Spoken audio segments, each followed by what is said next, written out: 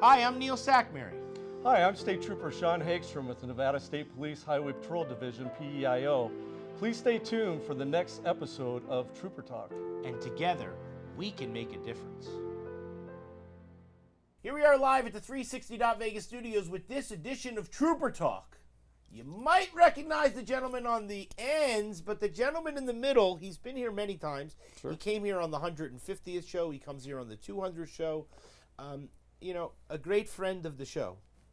And we appreciate every time that you come because you provide such a helpful insight, because so many people are in your area now driving on these roadways from Mesquite and Pahrump and all this type of stuff that there's speeds, and these people need to know that there's somebody there watching. Please introduce yourself. Yes, I'm Sergeant Chakowski. Thanks, Neil, by the way. Sergeant Chakowski. I'm currently assigned to the Primm District, and then also like motors as well. So I still handle a lot of the motor operations for Nevada Highway Patrol in the south. And then I'm also assigned to the Primm District. So that corridor, the Primm District, is the corridor coming in from Southern California to Las Vegas. So a lot of traffic out there. And I hear people drive always at the speed limit. Everyone maintains the speed limit, the flow of traffic. Well, at least they tell, that's the thing when you stop them. They're always going to the flow of traffic. I'm like, I don't think 103 is the flow of traffic. But hey, at least.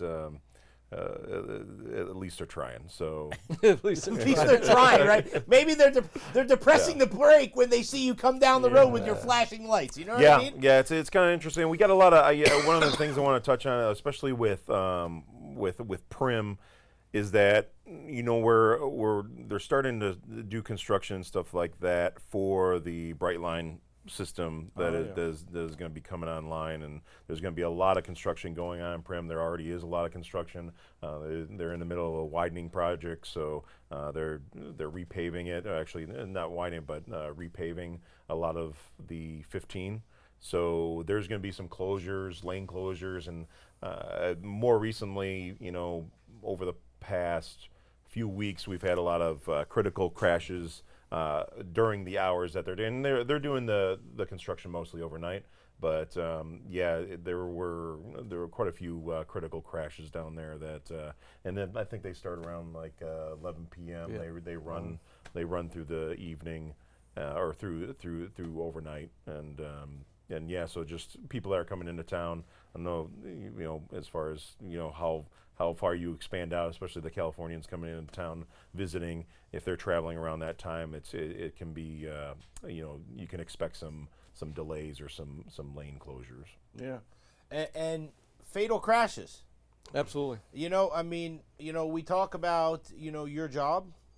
We talk about the fact that you do an excellent job at what you do and the whole thing, but sometimes you get woken up in the middle of the night and they're like, oh, by the way, this just happened. Or, like I keep seeing on the news, that there's fatal crash or there's this. And, there was just the motorcycle incident where someone lost their life. You know what I mean? And so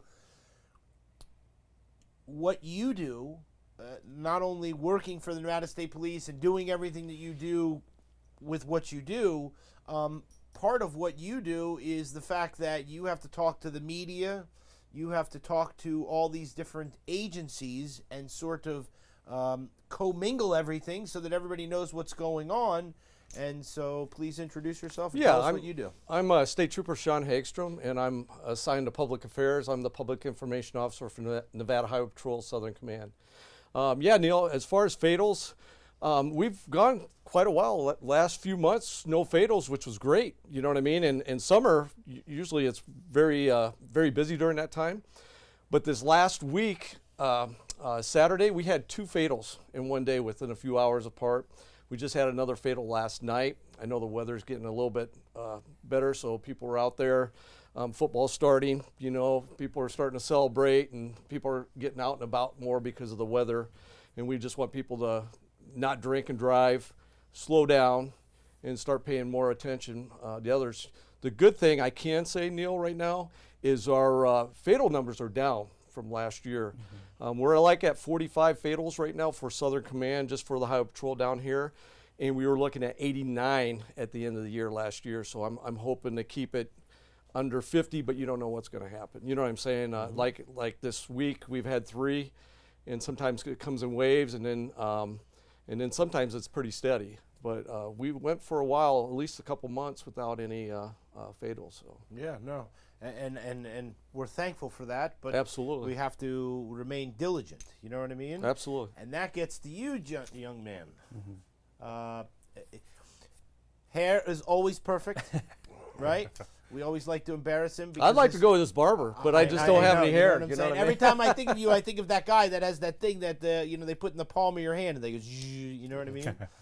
But there's been a lot of things that have been happening with the recruiting, and so a lot of people have saw. There's different ways for the recruiting and stuff like this. We had an outage and things like this. And, there's still a tremendous amount of people that want to apply. They are very excited. They watch the show, they watch you, they watch everybody, and they're like, this is what I want to be. How do I get there? And so the important thing is that you're there. If somebody has a question, they can call you.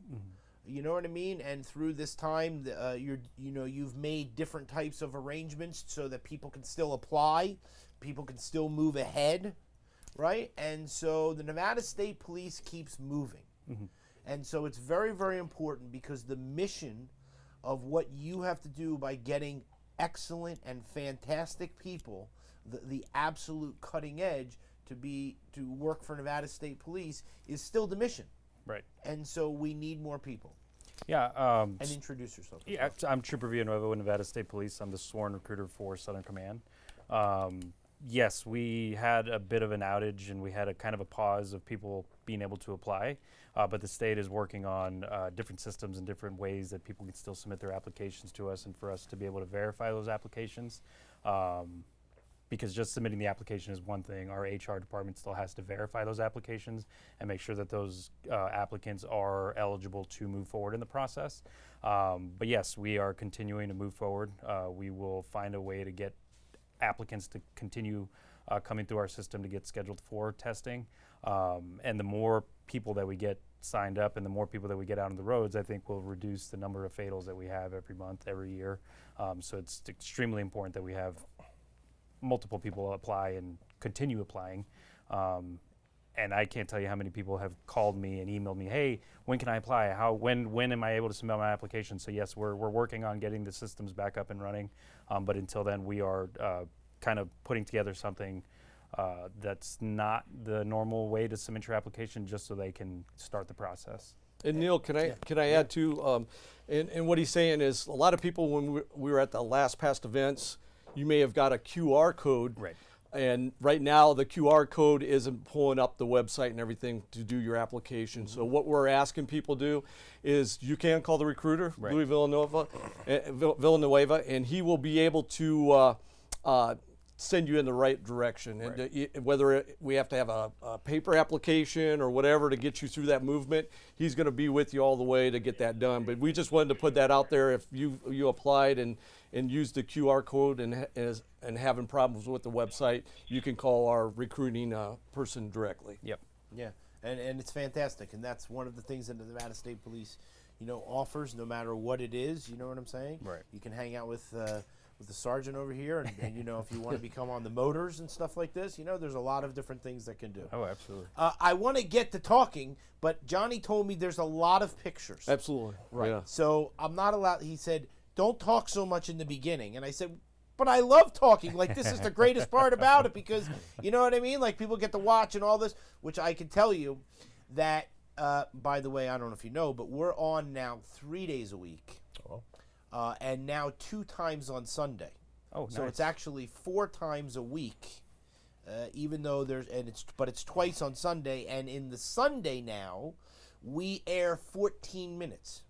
Oh, nice. Beautiful. So we do 5 minutes Tuesday, 5 minutes Thursday, and now we do 14 minutes on Sunday at 8, 8:30 a.m., right? And then now we do, for the overnight people, I think it's Friday and Saturday. It's like 12:30 a.m. It's like right after midnight. That's 14 minutes as well each day. Oh, wow. Okay. And so Trooper Talk is now on just over an hour a week. And so when I saw the major at the IPOF event on that, Yeah, I heard Sunday, it. Yeah. he said to me, he came up to me and I go, I just want to tell you, I saw him and Sergeant Whitmarsh. And I said, I just want to tell you, we're on 3 days a week now. And he goes, yeah. He goes, all these people were calling me because I was on the TV on Sunday. He's like, yeah, that's fantastic. You know what I'm saying? It's great. All right. So let's see what we got here. But I will keep talking. You know what I'm saying? Look at this. So the gentleman on the picture on the right-hand side. That's what I wanted to do because we snuck it in, and he can't even get away from it. There's Johnny. Yes. Oh, Johnny took his picture out. Did he really? Did you see? He was in that picture? He was in the picture. Oh Look at him man, look smiling. at him. I thought we got him. I so proud of thought I himself. got him. Look at he's all smiles He's too all because smile. Let me tell you something. we had Johnny in there. Let me tell you something. I'm ordering a cardboard cutout of Johnny. That's great. And we're going to put it right here in the middle. Yep. And Yeah. then he can't do anything about it. You know what I'm saying? Boy, he cut the first part of the He motorcycle cut it himself. out! What is that? Johnny, funny. that's All right. terrible. That's terrible. You're not all, you can't do that. You know what I'm saying? Everyone wants to know who you are. Well, this is NHP, some shots of NHP motors with our Yes. BMW motorcycles, Yes. and I wanted to put that on because we have the sergeant for Southern Nevada here for motors, and he can kind of tell you a little bit what's going on with motors. Even though they're not really disbanded, but they're assigned to different shifts right now. Yeah. To help coverage with what we're doing around the Las Vegas Valley. But they're still active, and they still do, if they have dignitaries or certain people, they're able to go and do those functions. So I don't want to take it away from you, but The mindset I think that all riders should have, especially in the Las Vegas Valley and state of Nevada wide, is there's not a lot of room to be driving aggressively. That's where you're kind of taking the chances and stuff like that. For the motoring public, I say, we always motto, look twice for motorcycles, and the motorcyclist has to be looking constantly. Like when we're out on patrol or whatever it may be, we're constantly scanning for things. There's been so many times where we'll be just riding down the road and someone will start changing lanes into our lane. And we always kind of see that.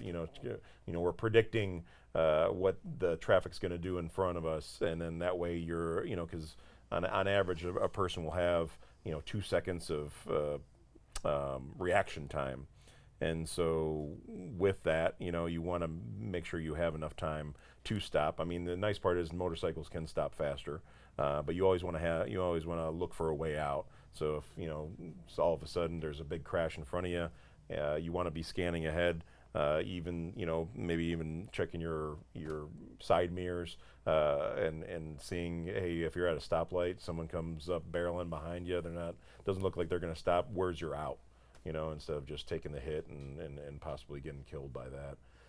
But yeah, there isn't a lot of leeway to ride aggressively. That's I would save that for the racetrack. You were involved with the Trooper Talk in the very, very beginning when we brought the motorcycle and stuff like that on. So anyway, thank you very much for coming. I appreciate it. What do you think Wow. of that? Right. I know. Well, this is what happens when you come on. yeah. All right, we'll wave right there, okay? See you later. Bye, guys.